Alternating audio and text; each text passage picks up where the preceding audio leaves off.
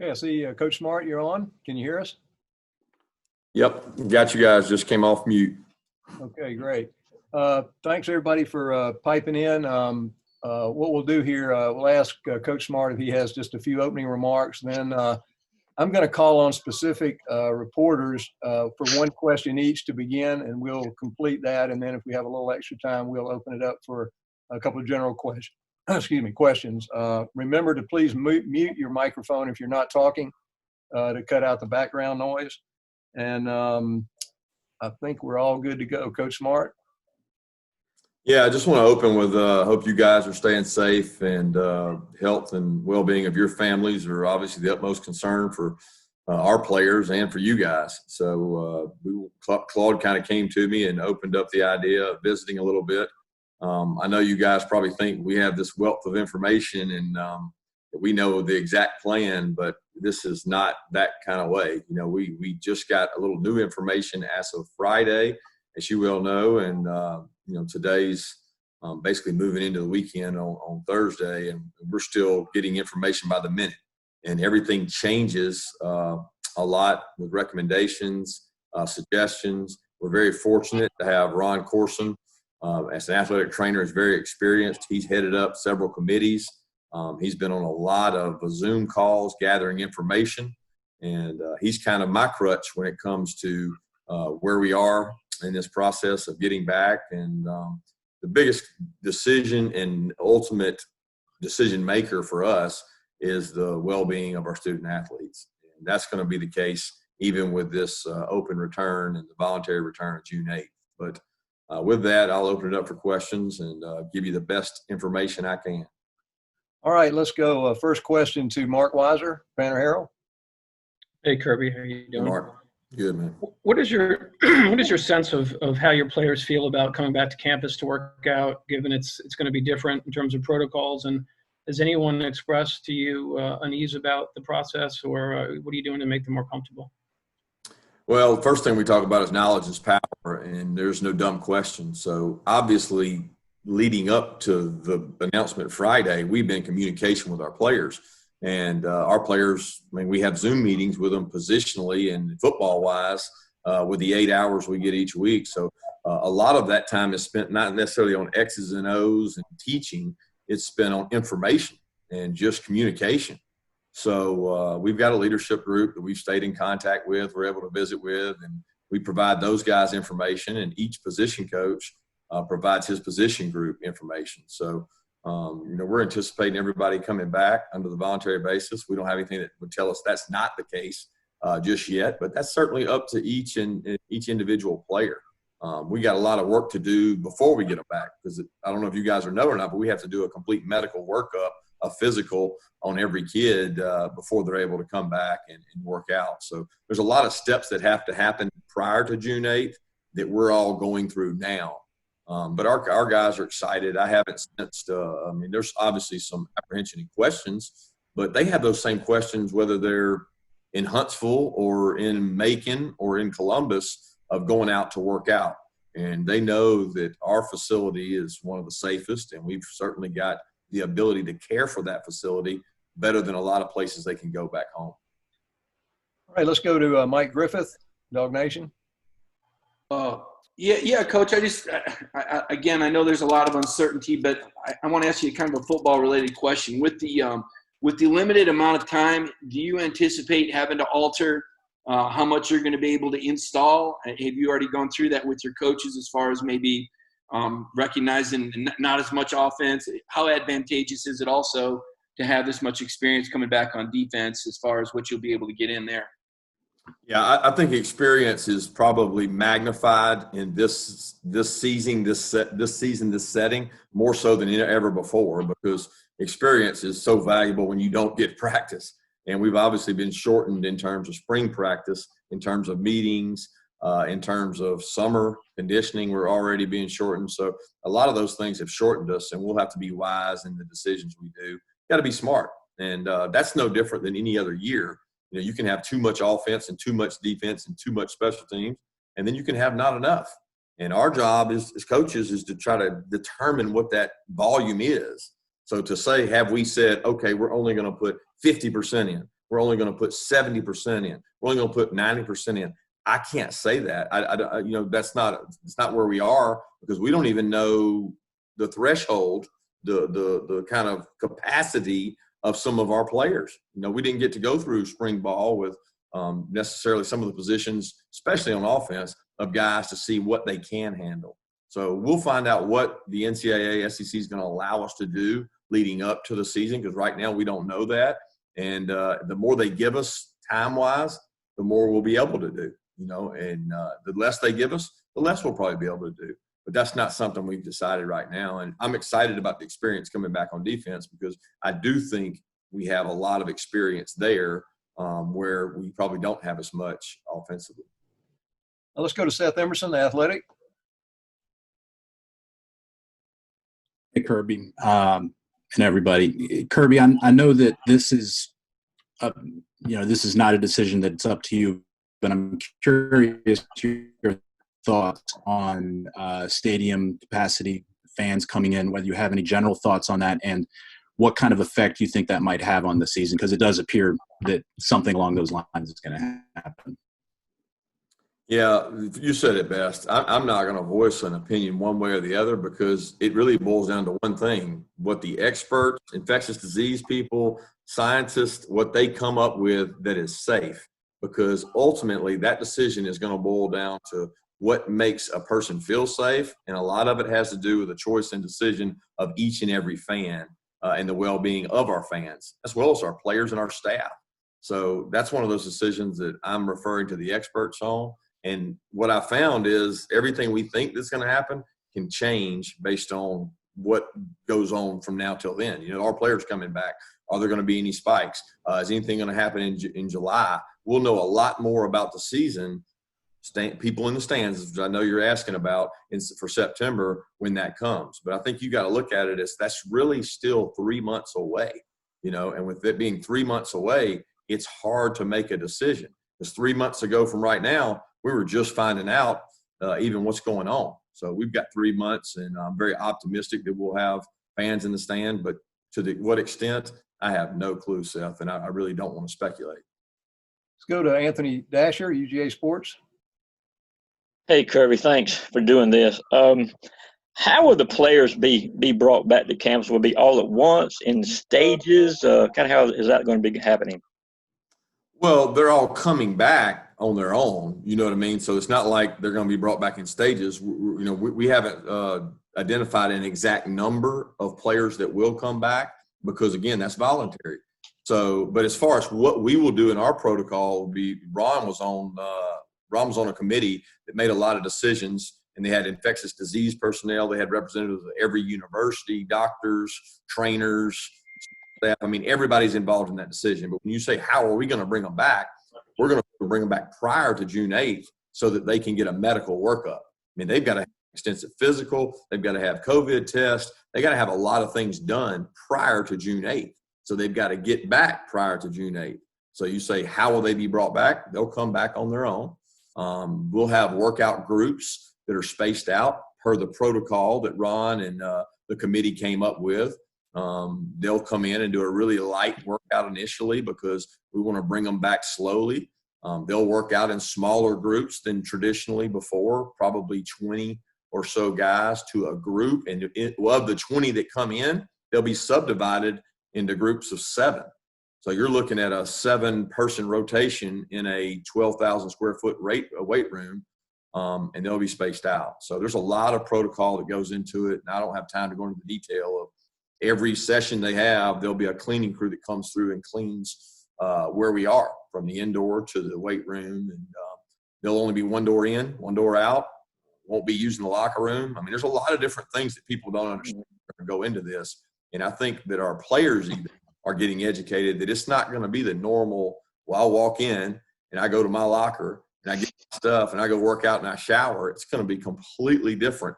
And a lot of that is controlled by our state, because we're adhering to the policies of our state in terms of workout protocol, showers, and locker room usage. Okay, let's go to Chip Towers, AJC. Unmute. Somebody had to forget the unmute thing. Kirby, good to see you, and thanks for doing this. Hope everybody's well in your place. Tell me, if you will, what this week in particular looks different for the coaches.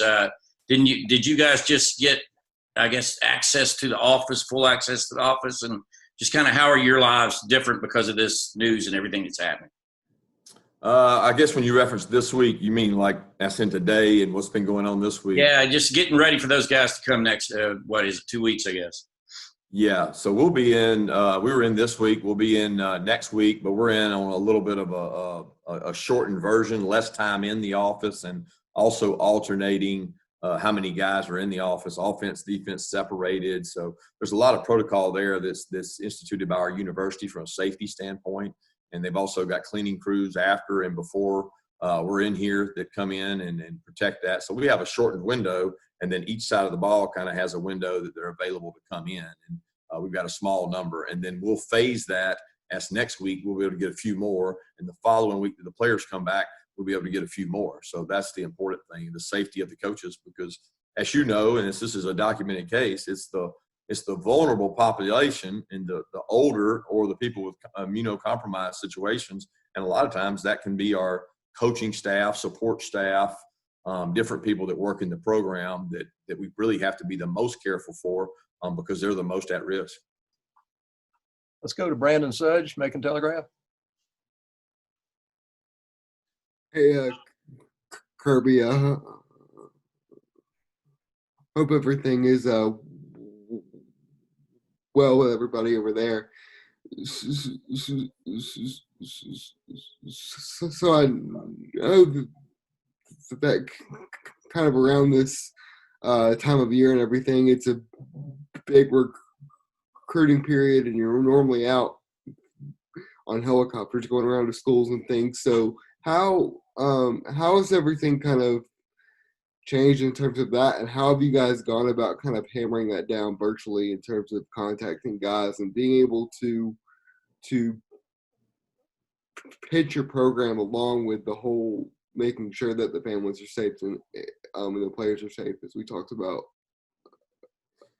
Well, first off, it's extremely different. I mean, the recruiting world has probably changed as much as anything because you're just not capable of going to high schools. You mentioned May was a very active month for all of college football coaches, not just us. I mean, we would be going out watching spring practices. We would be going school to school. I wouldn't be able to because I don't get to go out in May. So that didn't really change for me, but it changed for a lot of our coaches. We've done what you guys know to be the case. There's no magic potion. There's nobody doing something magically that everybody else isn't doing. We're jumping on Zoom. We're communicating with parents, coaches, recruits. We're doing everything virtually, and that's really the best we can do. And, you know, they keep extending the period that you can't come on campus, the recruiting, the ability to come to our campuses. They just extended that again. So it's looking like that's not going to happen through the end of July.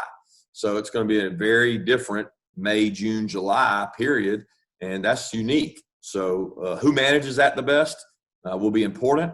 A lot of this to me is who had the best relationships leading into this, because at the end of the day, you can only develop so much of a relationship through a phone, through a text, through a virtual activity.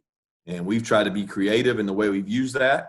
I'm certainly not going to divulge everything we've done because I don't think that's open for everybody to do. And I think that we're all competing in the SEC to try to make ourselves different. I can tell you this, it's probably created a bigger burden on our recruits. And if I was a recruit or a recruit's parent, I would be more concerned at that volume of virtual usage and phone usage. And it's probably led, and evidence shows that it's led to more kids committing, because you can make the case, well, they're committing because they can't go anywhere. I would make the case they're committing because they're sick and tired of being barraged by phone calls and virtual activities. So, you know, will we see more kids come December or November either decommit or go back and start visiting? I don't know, because I don't know when we're going to be able to bring kids to campus. And all that'll come out probably at the end of July when we know more about what kids are going to be able to do in recruiting. Dean Legge, Dog Post.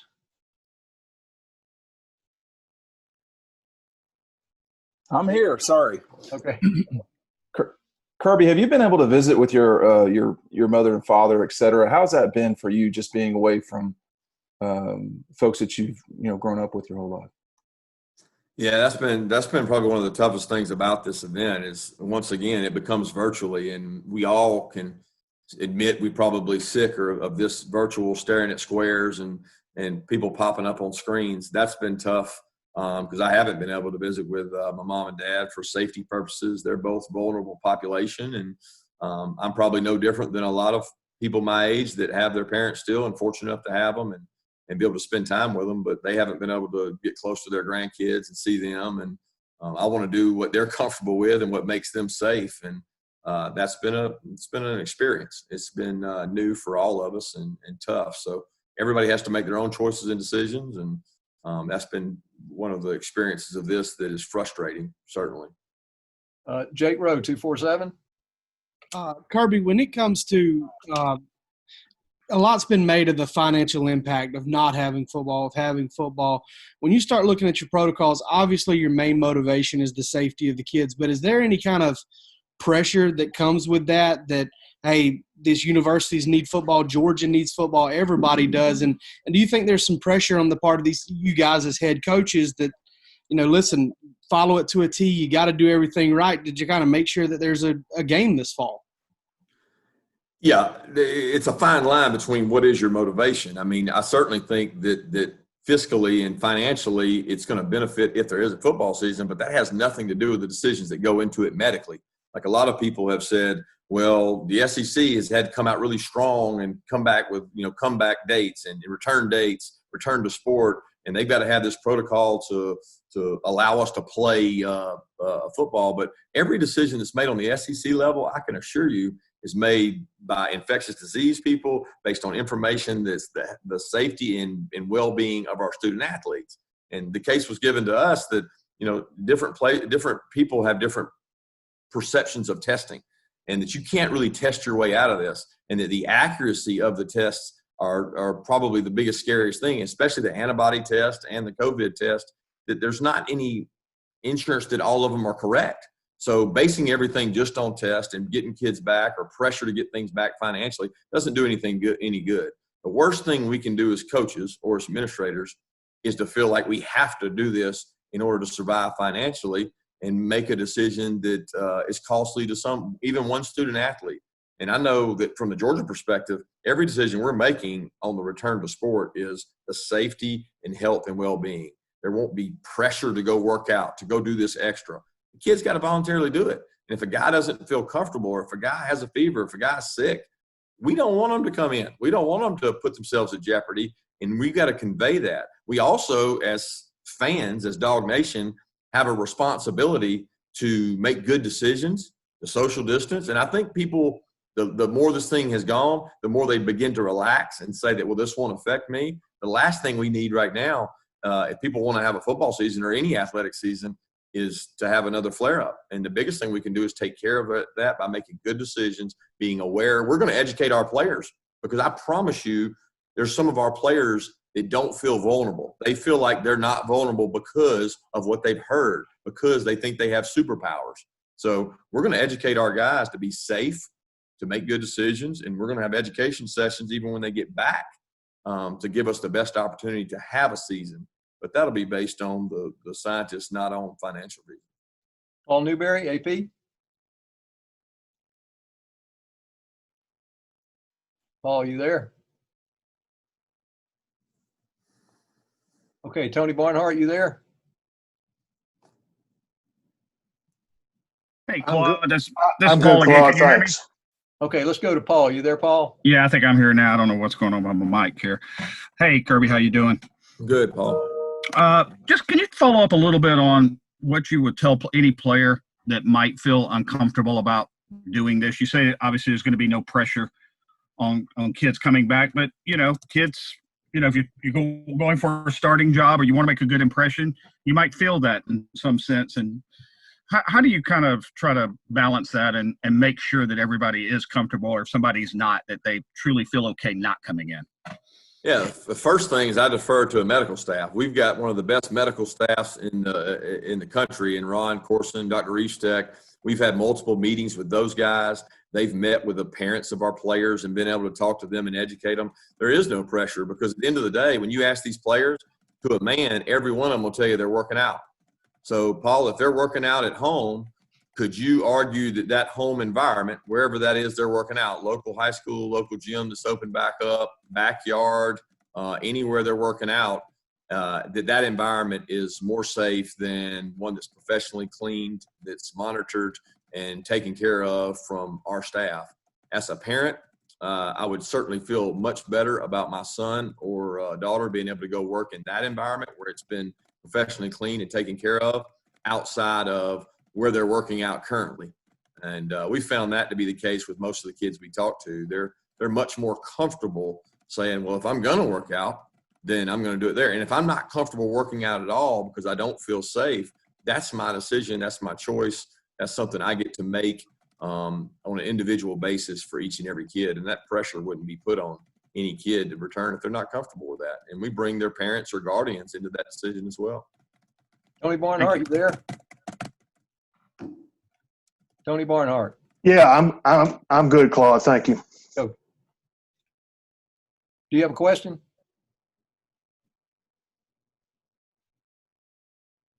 Okay, how about Zack Kline? Zack, you got a question? Yeah, I appreciate everybody. Good seeing everybody, Coach. Speaking of working out, you're looking svelte, my man. You down a few? You're looking like you dropped a couple pounds in that workout challenge. You dropped a few. What are we down to? No, I wouldn't say that. I mean, I think maybe that was more media reporting. I think the blacks just got me looking a little thinner to you guys. I don't know how you could say I'm down a few because I don't know if you can see my whole body, but it's been a good quarantine as far as working out and trying to stay in shape, and just spending time with the family has been the most important thing for me. Good stuff. On a serious note, what's the plan on the unfortunate case, Coach, should someone test positive for COVID-19? Yeah, so we've got a protocol set up through Ron and his staff. Medically, they've explained that with the parents and the players as they return. Each guy will have the option of whether they want to go back home if they test positive. They can do that, and we have a quarantine policy that we're able to put guys into should they test positive. And we've also got the ability, if it happens during a workout period, that we'll have contact tracing where guys that have worked out together, those groups will stay the same, and we'll be aware of those guys. So Ron and medical staff have got a lot of things in place, but we're not looking really far out at what's going to happen in the season or what's going to happen in preseason camp. We're looking at June and the immediate issues there. And we've got some guys that are getting screened as part of the protocol before they ever come back. Every kid's going to have a talk and a conversation with our medical staff based on where they're coming from, how they feel, have they been sick recently, and then as well as a COVID test when they return. Emily, you on? Thank you. Does Emily have a question? How about Alex? Alex, do you have a question?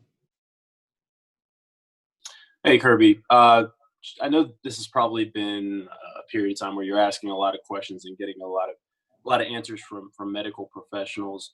What are some of the questions that you have right now that you are still kind of waiting on answers to?